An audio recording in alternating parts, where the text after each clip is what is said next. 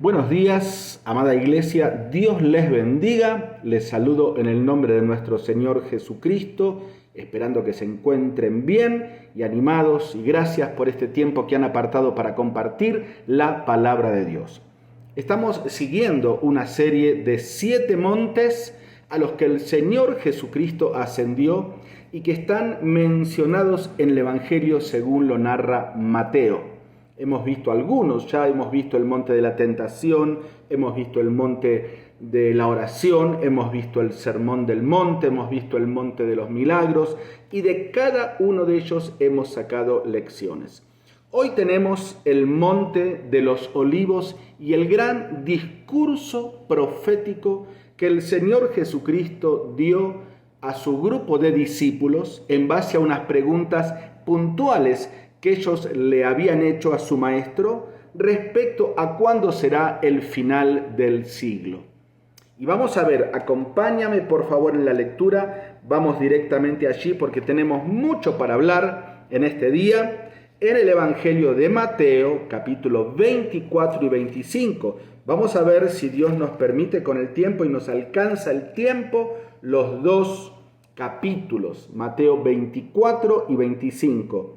Podemos leer a manera de contexto un poquitito antes. ¿Qué les parece? Mateo 23, los últimos 3 versículos, porque allí ya se ingresa en el tema y vamos a ver con cuánta precisión el Señor Jesucristo les explica a sus discípulos y a nosotros los eventos que van a preceder a la segunda venida de Cristo. Y lo explica no solamente para satisfacer nuestra curiosidad o para llenar nuestra mente de conocimiento y de información, sino para que estemos alertas, para que conozcamos y estemos preparados y tomemos las medidas pertinentes al caso. El capítulo 23, versículo 37, el Señor Jesucristo cierra de alguna manera un capítulo muy importante en la escatología y en el panorama bíblico principalmente, y en lo que tiene que ver con la nación de Israel, con Jerusalén como su representante. Y es el lamento de Jesús sobre Jerusalén. Dice: Jerusalén, Jerusalén, que matas a los profetas y apedreas a los que te son enviados. ¿Sí? Aquí tenemos la propuesta del reino mesiánico prometido a David, ofrecido a través de los profetas y principalmente, o mejor dicho, prometido a través de los profetas y ofrecido en este momento a través de Cristo, el principal profeta, el Hijo de Dios. Sin embargo, hay una denuncia, dice: apedreas y matas a los que te son enviados. Y aún yo mismo, dice Jesús, quise juntar a tus hijos como la gallina junta sus polluelos debajo de sus alas y no quisisteis. El reino que fue prometido por los patriarcas, el reino mesiánico, fue ofrecido por Jesucristo, porque Él vino diciendo: arrepentíos y convertíos porque el reino de los cielos se ha acercado, y fue rechazado por los judíos. Está clara la frase: y no quisisteis. Por tal motivo, dice versículo 38, vuestra casa os es dejada desierta, la casa de Jerusalén. ¿Hasta cuándo? Hasta que digas: bendito el que viene en el nombre del Señor.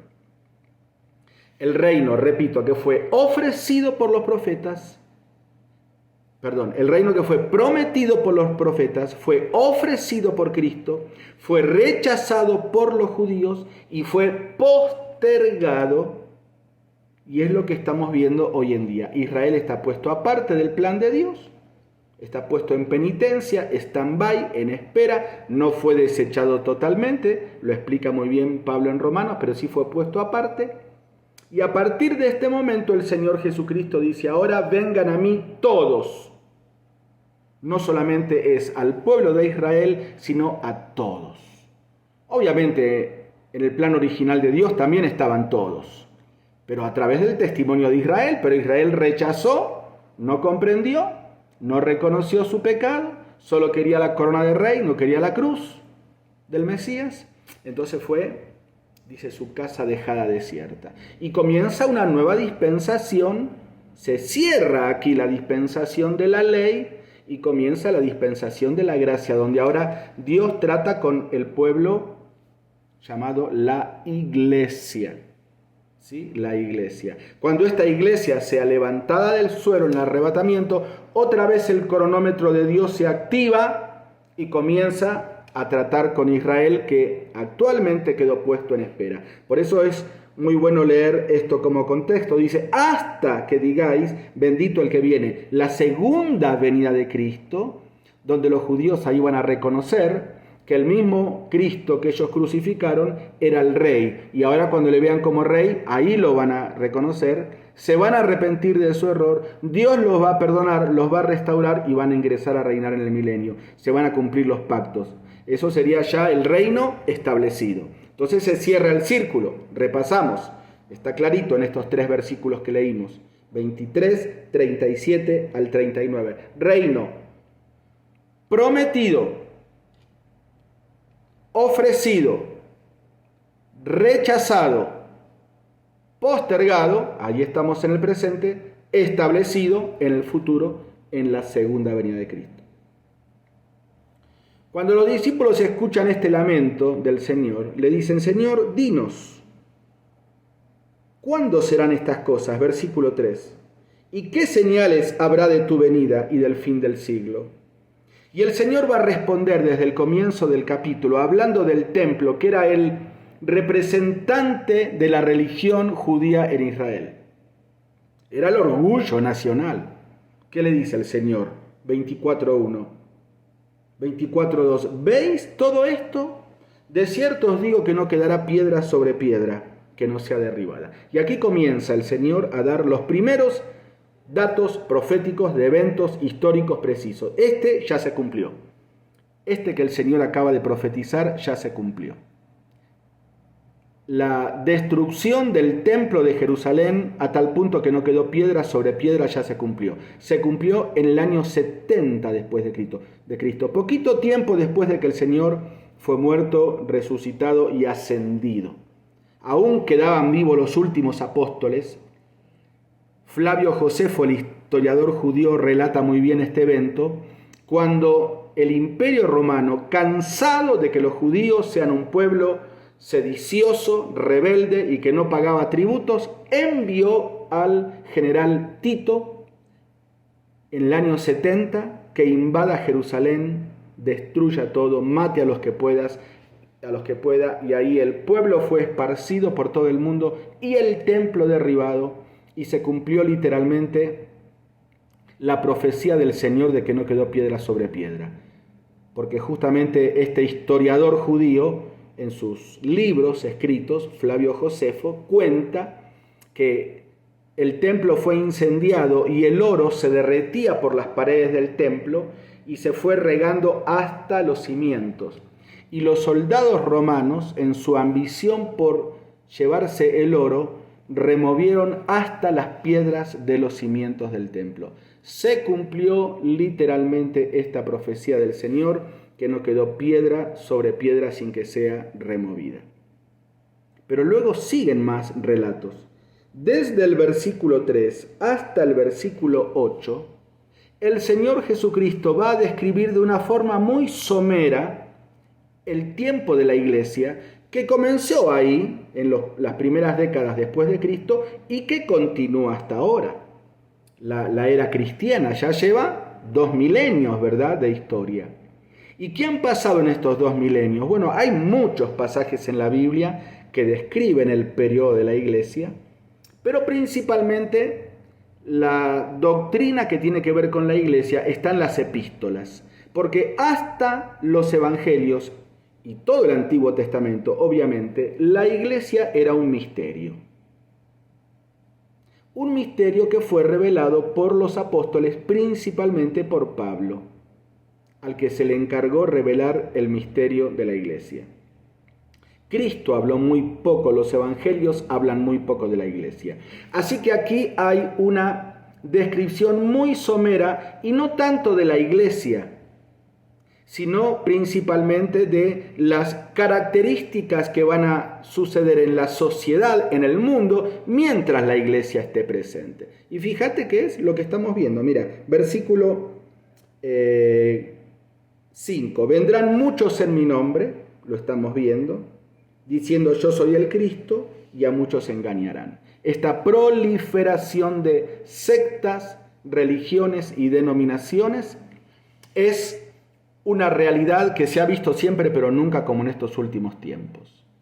La cantidad de iglesias, de sectas, de denominaciones, muchos basados en el evangelismo de la prosperidad, en el show de milagros, en las mega iglesias, en motivar a la gente a la ofrenda, al transformar a la piedad en un motivo de ganancia deshonesta. Está profetizado por Judas, por Juan, por Pedro.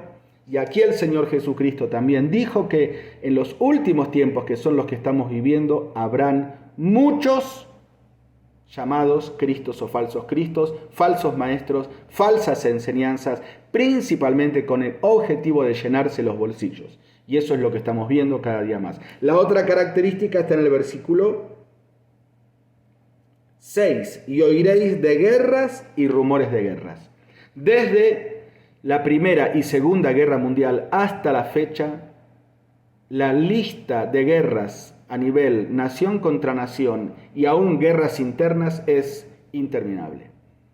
Vivimos desde hace 100 años en el siglo de las guerras, de la pólvora, del armamentismo, de las bombas nucleares, de las cabezas y las ojivas atómicas y de la amenaza de país contra país. Guerras y rumores de guerra, lo estamos viendo. Siempre hubieron, obviamente, pero nunca como en este tiempo, porque nos estamos acercando al final. Característica también de este tiempo. ¿Qué más dice? Versículo 7. Porque se levantará nación contra nación y reino contra reino. Problemas, protestas, guerras internas. Y habrá pestes y hambres. Hoy, con esta pandemia declarada por la OMS, lo estamos viendo más que nunca, y antes de eso, ¿no es cierto? La gripe aviar, el H1N1, el SIDA y tantas pestes nuevas que han salido y que seguirán saliendo porque es característica de los últimos tiempos. El contagio masivo, por vivir todos apiñados uno al lado del otro, por viajar todos agrupados en aviones, en trenes, en buses. El contagio que antes no había, bueno.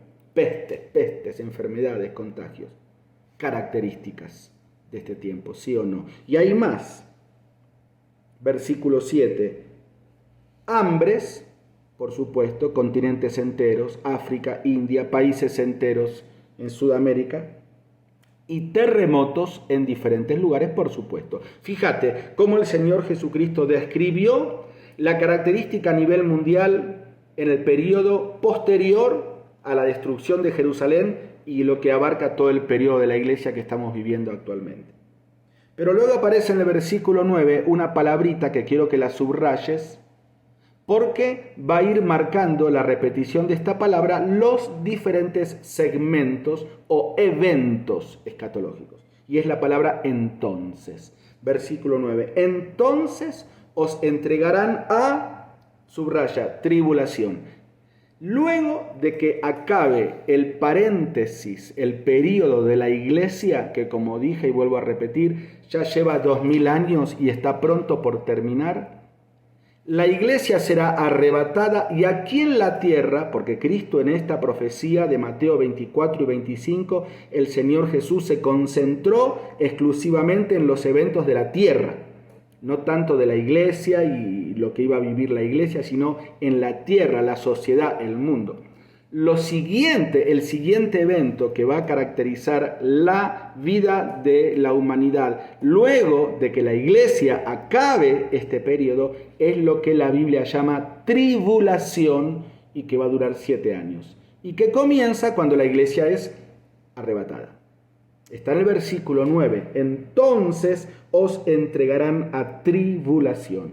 Un tiempo donde al comienzo el anticristo va a manifestarse de una manera abierta, oficial. Hoy se está preparando el escenario ya este tema del nuevo orden mundial, de esta directriz triangular o piramidal que caracteriza a la vida en el mundo, está más evidente que nunca, y falta solamente que se manifieste un personaje, ¿sí?, o una organización que nuclee todas las organizaciones. Fíjate que nunca como antes nos hemos enterado, porque ya estaban pero no se hablaba, de que hay organizaciones mundiales para todo. Está la Organización Mundial de la Salud, está la Organización Mundial Financiera, que es el Banco Mundial, está la Organización Mundial del Turismo, está Organización Mundial Religiosa, por lo menos de la Iglesia Oficial, que está en el Vaticano. Todo está agrupado.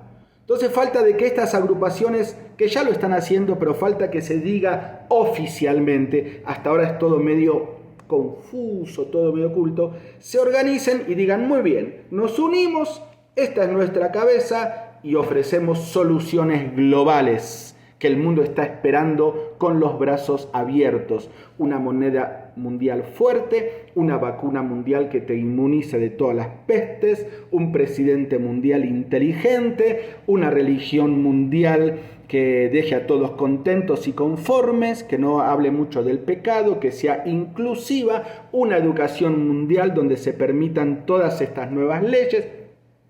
Ya está, falta que esto se haga oficial. Cuando se haga oficial es porque la iglesia ya no va a estar aquí y el anticristo va a salir a la escena y va a dar su rostro. Y va a ser excelente al comienzo. Pero en la mitad de estos 7 años de tribulación, este personaje, o tal vez organización, como sea, es lo mismo, va a mostrar sus verdaderas intenciones y va a dejar en evidencia que su verdadera intención es adueñarse del mundo. Y eso va a traer protestas de diferentes sectores del mundo y caos. Y es lo que da inicio a la gran tribulación. Entonces, primeros 3 años y medio, aparente paz. Segundos 3 años y medio, evidente caos. Y eso está en el versículo 21. Dice: porque habrá, otra vez nuestra palabra, entonces gran tribulación. Al anticristo se le va todo de las manos, ¿sí? Así que desde el versículo 9 hasta el versículo 26 se describen las características de la tierra, de la vida de la humanidad, durante los 7 años divididos por la mitad, donde el anticristo va a estar gobernando y donde la iglesia va a estar presente con Cristo y ausente en la tierra. Fíjate cómo todo va cronológicamente. El Señor lo dijo ordenadito. Y si el Señor Jesucristo no interviene en esta etapa de la gran tribulación, que como dije recién, hacia el final va a ser un caos total. Yo no leo todos los versículos, pero podés leer detalles y otros pasajes análogos. Va a ser un caos total. Si el Señor Jesucristo no interviene, la raza humana se autoextermina. Y el Señor va a intervenir porque ama al mundo y ama a la humanidad. Y Cristo va a venir por segunda vez a poner en orden todo ese caos. Y eso es lo que viene a continuación, ¿sí? Versículo 27. Porque como el relámpago que sale del oriente y se muestra hasta el occidente, así será también la venida del Hijo del Hombre. Ahí está, la venida, la segunda venida del Hijo del Hombre. La primera venida fue hace 2000 años en Belén. Esta segunda venida va a ser aquí en Jerusalén también, pero con gloria, con poder y gran gloria, y todos le van a ver como si fuera un gran relámpago. Lo primero que el Señor Jesucristo va a hacer cuando venga es, con su palabra, aniquilar a todos los ejércitos que van a estar reunidos en el valle de Megido, que está allí en Jerusalén, y va a poner en orden todo el caos. Con una sola palabra de su boca va a decir: basta, hasta aquí nomás. Y todos los que tengan que morir por oponerse a la venida de Cristo van a morir. Y dice que va a haber una cantidad de cuerpos muertos a tal punto que las águilas y las aves de carroña van a venir a comer. Lo tenés ahí, mira, verso 28, el versículo siguiente, 24-28. Porque donde quiera que estuviera el cuerpo muerto, allí se juntarán las águilas. Fíjate cómo todo encaja. Repasamos. Invasión de Jerusalén ya sucedió. Período de la iglesia está sucediendo. La iglesia es arrebatada, no se menciona aquí, pero lo sabemos por otros pasajes que aquí va ese evento, arrebatamiento. Comienza la tribulación, al comienzo todo bien, luego, segunda parte, todo mal, llega el caos, Cristo interviene, batalla de Armagedón, pone todas las cosas en su lugar. ¿Qué sigue a continuación? Dice versículo 30, otra vez nuestra palabrita, 24-30, entonces, aparecerá la señal del Hijo del Hombre en el cielo y ahí está, ahí comienza el tiempo del nuevo reinado de Cristo. Pero antes tiene que decidir el rey quién entra y quién no entra a su reino. ¿Cómo es esto, Pastor Pablo? ¿Quién entra y quién no entra? Por supuesto, no es que entran todos. Algunos fueron muertos en la batalla de Armagedón, y de los que han quedado vivos, ya sea judíos como gentiles, el Señor va a juzgarlos. Va a juzgar a la nación de Israel y va a juzgar a las naciones no judías, a los gentiles. Y Él va a decidir quién entra al milenio que está por comenzar y quién no entra. ¿Y en base a qué va a ser el juicio? Bueno, obviamente, en base a la fe. Una fe manifestada en la actitud que hayan tenido durante la tribulación hacia el mensaje predicado. Ahora, claro, si tú estás atento con mi relato, tú dirás, pero ¿cómo, Pablo, mensaje predicado? Si la iglesia no va a estar en la tribulación, ¿quién va a predicar el mensaje? Bueno, si la iglesia no va a estar, pero van a haber 144.000 judíos elegidos por Dios que durante esos 7 años van a estar predicando el mensaje del Evangelio. De los judíos y de los no judíos, los que hayan escuchado ese mensaje y se hayan arrepentido en esta segunda oportunidad dentro de la tribulación, porque la primera y principal oportunidad es ahora, el tiempo de la iglesia, pero como Dios es un Dios de gracia, sigue dando chance. Aquellos que hayan escuchado el mensaje de los 144.000 y se hayan arrepentido de sus pecados, algunos serán muertos por el anticristo, porque él va a perseguir a los judíos y a los cristianos. Pero los que logren estar vivos cuando Cristo vino, en la segunda venida, cuando Cristo venga, los que logren estar vivos van a ser juzgados. Si realmente manifestaron con sus obras que habían creído el mensaje de predicación del Evangelio durante la tribulación, entran al milenio. Y los que no, son muertos y no entran. ¿Y dónde está eso? Pues en la Biblia, y aquí está, fíjate. Dice versículo 40, entonces estarán 2 en el campo, el uno será tomado y el otro será dejado. 2 mujeres estarán moliendo, dice el versículo 41, en un molino, la una será tomada y la otra será dejada. Escucho a algunos maestros bíblicos aplicar este versículo para el arrebatamiento. Cuando es tomado es porque se va al cielo. No, está mal, no es así.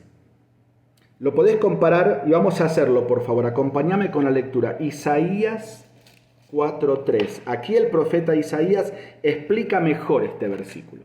Isaías 4:3. Mirá qué clarito que está.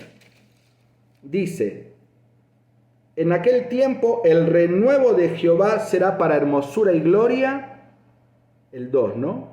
Y el fruto de la tierra para grandeza y honra. Versículo 3. Y acontecerá que el que quedare en Sión y el que fuere dejado, es la misma palabra que leímos recién en Mateo, en Jerusalén será llamado santo. Todos los que en Jerusalén estén registrados entre los vivientes cuando el Señor lave las inmundicias de la hija de Sión y limpie la sangre de Jerusalén. Los que son dejados son los que se salvan, son los considerados santos. Los que son tomados porque no entran al milenio y son muertos, sacados de la escena, tomados. Los que quedan en la escena son los que se salvan porque pasaron el juicio.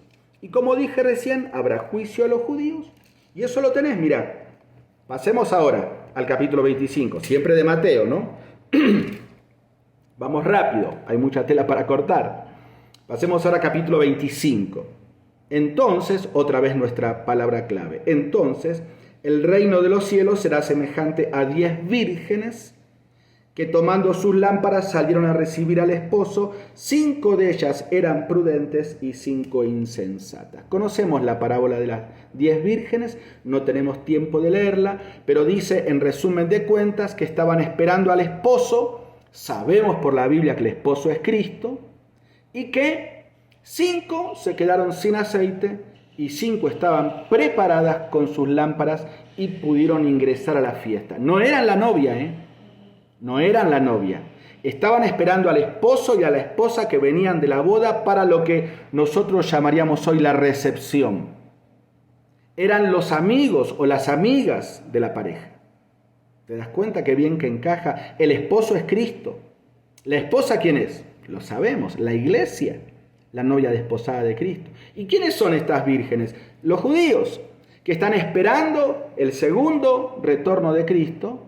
Y eso va a suceder, ya lo mencionamos recién, luego de que en el cielo la iglesia pase por el tribunal de Cristo y por las bodas del Cordero, desciende junto con Cristo en la segunda venida e Israel le está esperando. El Israel que se salva serían las 5 vírgenes prudentes. El Israel que no esperó, que se durmió, que no creyó, que no aceptó el mensaje del Evangelio de los 144.000, se queda fuera de la fiesta y son las 5 vírgenes insensatas. ¿Ves que está todo clarito? Yo te lo digo rápido. Después podés repasar el video y podés ver con tu cuenta, con la Biblia, con un lapicito y podés ir anotando. Pero aquí están los juicios previos al milenio, que luego de la batalla de Armagedón, que también de alguna manera es un juicio general, aquí comienzan otros juicios. Ya te dije, a Israel y a las naciones que no son judías también. Y eso lo tenemos también, el otro juicio. A Israel son la parábola de las 10 vírgenes. Tenemos la parábola del juicio de las naciones. Versículo 31. Otra vez nuestra palabra entonces. Fíjate. Cuando el Hijo del Hombre venga en su gloria y todos los santos ángeles con él, entonces, ¿ves? Otra vez. Entonces se sentará en su trono de gloria. Y serán reunidas delante de él todas las naciones, y apartará los unos de los otros, como aparta el pastor las ovejas de los cabritos. Y pondrá las ovejas a su derecha y los cabritos a su izquierda. Vamos a ver ahora quiénes son las ovejas y los cabritos. En la parábola anterior dijimos quiénes eran las vírgenes prudentes y quién las vírgenes insensatas. ¿Quiénes son las ovejas y los cabritos? Pues justamente las naciones gentiles, salvas y no salvas antes del milenio. Entonces, versículo 34, otra vez nuestra palabra, el rey dirá a los de su derecha, venid, benditos de mi Padre, heredad del reino preparado para vosotros desde la fundación del mundo, y entren al reino. ¿Por qué? ¿Por qué nosotros sí? ¿Por qué los de la derecha? Bueno, lo responde el Señor. Versículo 35. Porque tuve hambre, me diste de comer. Tuve sed, me diste de beber. Fui forastero, me recogisteis. Desnudo, me cubristeis. Enfermo, me visitasteis. En la cárcel, vinieron a verme. ¿Cuándo? Dice versículo 37. Que los justos le van a responder, ¿cuándo, Señor, hicimos esto? ¿Y qué le responde el rey? Versículo 40. De cierto os digo que en cuanto lo hicisteis a uno de estos mis hermanos pequeñitos, a mí me lo hicisteis. A ver. ¿Quiénes son los hermanos del Señor? Bueno, el Señor era judío y los hermanos de él son el pueblo de Israel. Entonces, aquellas naciones gentiles que trataron bien a los hermanos de Jesús en la carne, al pueblo de Israel, durante la gran tribulación, porque creyeron el mensaje de los 144.000, los ayudaron, porque el anticristo los va a perseguir durante la tribulación, a los que prediquen el evangelio. Pero los que acepten el mensaje los van a hospedar, los van a esconder, los van a visitar en la cárcel, les van a dar un vaso de agua, les van a pasar medicina, les van a dar ropa si lo ven que están con frío, los van a atender bien. No se van a salvar por obras, están mostrando por sus obras que han creído por la fe el mensaje que ellos les predicaron. Esos son los de la derecha. dice Jesús, y por eso ustedes entran al reino. Y a los de la izquierda le va a decir a los cabritos, ustedes no entran. ¿Y por qué nosotros no? Y porque no me ayudaron, no me alimentaron, no me cubrieron, no me visitaron. ¿Y cuándo no hicimos eso? Eso lo podés leer ahí hasta el final del capítulo 25. Bueno, como no lo hicieron a uno de estos hermanos míos pequeños, tampoco me lo hicieron a mí. Así que ustedes no entran al milenio, ustedes son muertos y van a quedar en espera del juicio futuro. Este juicio es el juicio a las naciones gentiles. No lo confundas con el juicio del gran trono blanco. Este juicio, así como el juicio de Israel, es antes del milenio o al comenzar el milenio. El juicio del gran trono blanco es finalizando el milenio. Y de ese juicio nadie se salva. Todos son condenados eternamente. Pero aquí fíjate que sí hay algunos que entran al reino, benditos de mi Padre. Los justos le preguntan, se salvan. No es el juicio del gran trono blanco. ¿Estás conmigo? Repasamos. Capítulo 23 de Mateo, versículos 37 al 39, en un escueto resumen, el Señor manifiesta el porqué de las cosas que va a decir. Porque yo ofrecí el reino, dijo Jesús, y mi pueblo me rechazó. ¿Qué dice el evangelista Juan? A los suyos vino y los suyos no le recibieron. Por lo tanto, a todos los que le recibieron, a todos los que creyeron en su nombre, a ellos les dio potestad de ser hechos hijos de Dios. Y como los judíos rechazaron y no recibieron, ok, dijo Jesús, conmigo no se juega. El reino prometido queda puesto aparte. Y ahora voy a tratar con la iglesia. Lo primero que sucedió en la época de la iglesia es lo que está narrado a inicios del capítulo 24. La invasión de Tito hacia la iglesia en Jerusalén y hacia todo el pueblo de Jerusalén, porque la invasión no era contra los cristianos, sino contra todos los judíos. Lo que pasa es que la iglesia cristiana comenzó siendo judía, comenzó en Jerusalén y destruyó todo y derribó y derrumbó el templo. Y aquí el Señor Jesucristo lo profetizó que no quedaría piedra sobre piedra y se cumplió. Y luego continúa el relato del Señor sobre las características de lo que va a ser el mundo durante el tiempo de la iglesia, desde versículo 4 hasta el versículo 8. Pestes, terremotos, muerte, guerras, falsos cristos, falsas enseñanzas. Lo estamos viendo. Y luego, dice a partir del versículo 9, cuando ya la iglesia no esté en la tierra, se va a desatar el tiempo del anticristo. La iglesia hoy y el Espíritu Santo hoy es como un tapón de contención a la maldad. Si bien estamos viendo mucha maldad, no estamos viendo todo lo que se va a ver de la maldad. Porque de alguna manera, dice Pablo en Tesalonicenses, que el Espíritu Santo al presente detiene la manifestación completa de la maldad. ¿Cómo lo detiene? Bueno, porque somos la sal del mundo y la sal preserva de la corrupción total. La detiene, la hace más lenta. Pero cuando la iglesia sea levantada, ahí se va a manifestar el hombre de pecado. Al comienzo todo bien, desde el versículo 9 hasta el versículo 14. Pero luego en el versículo 15 dice el Señor que el anticristo va a romper el pacto. Por eso dice, y lo leemos porque lo habíamos salteado, cuando veáis en el lugar santo la abominación desoladora de la que habló el profeta Daniel, dice que eso va a dar inicio, versículo 21, a la gran tribulación. O sea, el anticristo va a ser una abominación en el lugar santo. Va a romper el pacto con los judíos. Él mismo se va a poner como Dios. No va a escuchar ni a judíos, ni a católicos, ni a islámicos, ni a hindúes, ni a budistas. Él va a hacer su propia religión. Religión que ya se está formando. Pero esto va a levantar la protesta de todo el mundo, porque él no solamente va a querer ponerse como Dios, él va a querer adueñarse de todo el petróleo, de todo el agua, de toda la madera, de todas las riquezas, manejar la economía de todo el mundo, que ya lo estamos viendo también.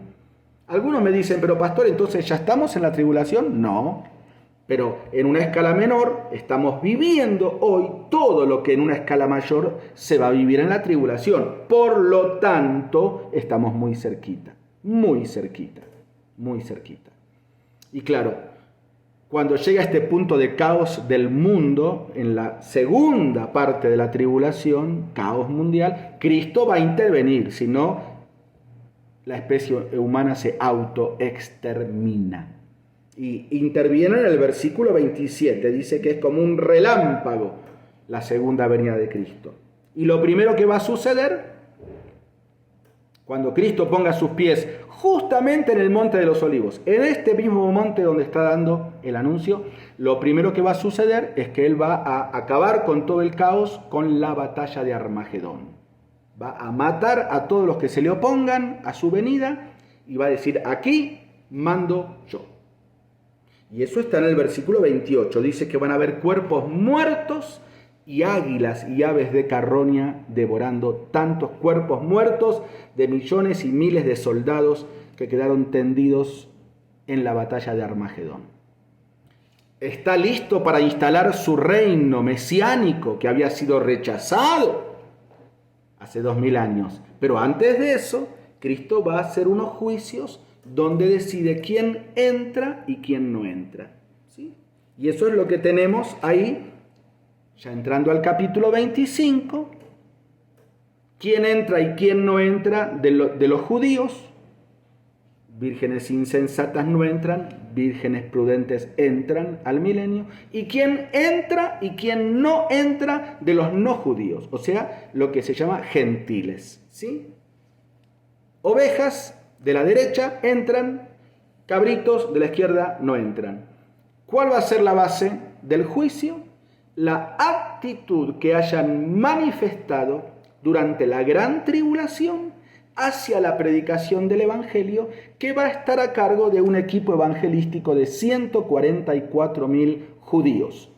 No tenemos tiempo de ver todos los pasajes porque esta clase no es una clase de escatología, es solamente me quiero concentrar en lo que el Señor Jesucristo mencionó en el monte de los olivos. Estamos viendo los montes del Señor Jesucristo. Según lo que hayan manifestado como evidencia de una fe salvadora, una fe puesta en Cristo por la predicación de estos judíos, según lo que hayan manifestado durante la tribulación, en buenas obras hacia estos predicadores, hacia estos evangelistas, hacia estos misioneros, si los atendieron bien, porque realmente eran salvos ellos, si los atendieron mal, porque rechazaron el mensaje, ¿entran o no entran? Hay un pequeño paréntesis desde el versículo 14 hasta el versículo 30, donde se habla de la parábola de los talentos. Y algunos piensan que esto es aplicable a la iglesia y tiene referencia con el tribunal de Cristo. Esto no va a ser en la tierra, esto va a ser en el cielo. Y probablemente sea también simultáneo al tiempo de la gran tribulación, donde la iglesia no va a estar en la tierra, va a estar en el cielo y va a pasar dos eventos principales. El tribunal de Cristo, que está explicado aquí en la parábola de los talentos, el que le dio 5, al que le dio 10 y al que tuvo 1, donde cada uno fue fiel en base a lo que el Señor le dio, pero uno de ellos no. Entonces muchos piensan que aquí se refiere a el tribunal de Cristo. Si vos mirás la parábola, lo que el dueño del campo premia no es producción, sino fidelidad. Siempre la respuesta del hombre es la misma: bien hecho, siervo fiel. Sobre poco has sido fiel, sobre mucho te pondré, entra en el gozo de tu Señor. Nunca le dijo, bien porque ganaste 5, bien porque ganaste 10. No, no se juzga producción, sino intención, fidelidad. Y muchos autores piensan que aquí se refiere al tribunal de Cristo. Puede ser, pero el énfasis de estos dos capítulos está en lo que suceda aquí en la tierra. Termino leyendo un versículo, dice versículo 42 de Mateo 24. Velad pues, porque no sabéis a qué hora ha de venir vuestro Señor. Y en verdad no sabemos. Más adelante, más antes, el versículo 36 dice el día y la hora, otra vez repite, nadie sabe, pero no dijo el año, ¿eh? Y algunos autores piensan que no tuvimos tiempo de explicarlo, pero por lo que dice el versículo 32 al 35, se puede sacar un cálculo aproximado, porque Jesucristo dijo que desde que comienza el rebrote de Israel, la higuera representa a Israel, y esto comenzó en 1948, cuando Israel fue reconocida por la ONU otra vez como Estado soberano. No iba a pasar una generación hasta que venga Cristo. Y en la Biblia, una generación aproximadamente son 80 años. Así que si vos le sumás 80 años a 1950, ponele para ser general, te da ¿cuánto? El 2030, si no saqué mal la cuenta. O sea, un aproximado de que puede ser que estemos cerca de la segunda venida de Cristo. Esto no es ninguna locura, pero bueno, lo dejo para que lo estudies. El día y la hora nadie lo sabe, pero el año, tal vez sí. No dijo el año, dijo el día y la hora. Pero ¿cuál es nuestra actitud al fin y al cabo? Versículo 43. ¿Sabed esto? Si el padre de familia supiese a qué hora el ladrón habría de venir, velaría y no dejaría minar su casa. Por tanto, y esto te lo quiero dejar a ti como exhortación final, vosotros estad preparados. Versículo 45. Como un siervo fiel y prudente, al cual el Señor puso sobre su casa. Bienaventurado aquel siervo al cual, cuando su Señor venga, le halle haciendo así. ¿Ok? Esa es la exhortación para nosotros. Espero que con esto haya podido agitar tu corazón. El Señor Jesucristo está por arrebatar a su iglesia, dar inicio al último periodo de gobierno del anticristo y luego regresar para instalar su reino milenial. ¿Estás preparado? ¿Realmente has puesto tu fe en Cristo? ¿Reconoces el amor de Dios al darnos a su único Hijo para morir por ti y por mí en la cruz del Calvario? ¿Le has pedido perdón por tus pecados? ¿Realmente sientes y sabes y eres consciente que el Espíritu Santo mora dentro de ti y que un día, no sé cuándo habrá sido esa fecha, yo recuerdo la mía, comenzaste una nueva etapa en tu vida a tal punto que fuiste una nueva criatura? ¿Estás seguro, segura de eso? Debes estar. Si no, cuando Cristo venga a buscar a tu iglesia, tú te quedas. Tú te quedas porque te quedas.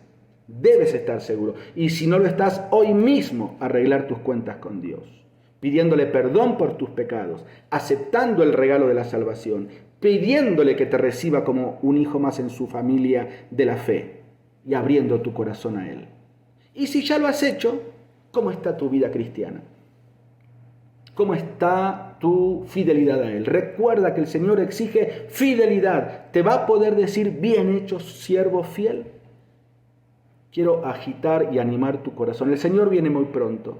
Tenés que estar seguro de tu fe. Tenés que estar viviendo una vida de fidelidad a Él. Y tenés que estar compartiendo el Evangelio a otros. Arrebatando almas del infierno. Para que cuando Cristo venga no se queden a sufrir todo este caos, todos estos juicios y todo este tormento terrible.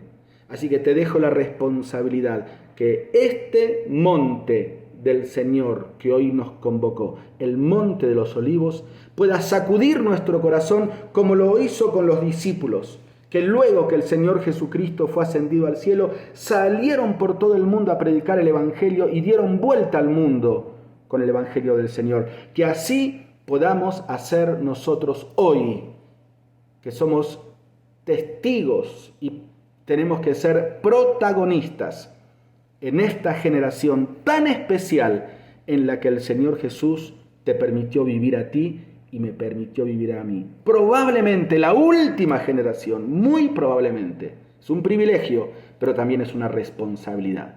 ¿Qué te parece si terminamos orando? Querido Padre, gracias por tu palabra. Querido Padre, que podamos nosotros ser transformados, impactados, avivados por estas profecías dichas directamente de los labios de Jesús, y que en base a eso podamos ajustar las cosas que están fuera de lugar, para que cuando tú vengas nos encuentres fieles. Te lo rogamos en el nombre de Cristo Jesús. Amén. Me despido. Fue un gusto haber compartido con ustedes. Seguimos juntos en cada culto virtual hasta que podamos volver a reunirnos. Pero recuerda, te lo dije y te lo vuelvo a decir. Nada de estar esperando que se abran los templos si todavía no se han abierto nuestras mentes. Si no, no aprendimos nada de esta pandemia. Abramos nuestras mentes, abramos nuestro corazón a esta nueva movida del Espíritu Santo y démosle con todo que el Señor viene pronto. Te quiero mucho, que el Señor te bendiga y hasta la próxima.